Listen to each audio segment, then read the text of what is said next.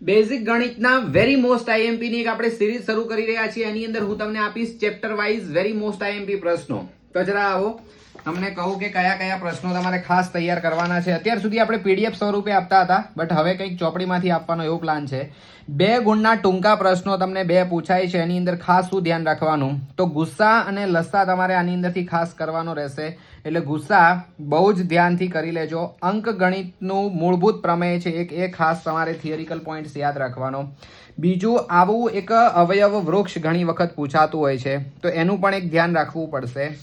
એના સિવાય ગુસ્સા અને લસ્સા તમારે ખાસ કરવાના છે. એની અંદર એક આ સૂત્ર, ગુસ્સા એટલે શું, લસ્સા એટલે શું, આ પોઈન્ટ પણ ખાસ કરજો.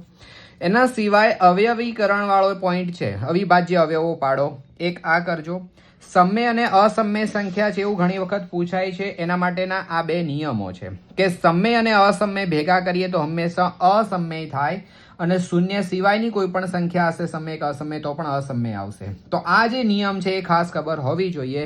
આવા જ વિડીયો માટે ફોલો કરી દો અને મિત્રોને શેર જરૂર.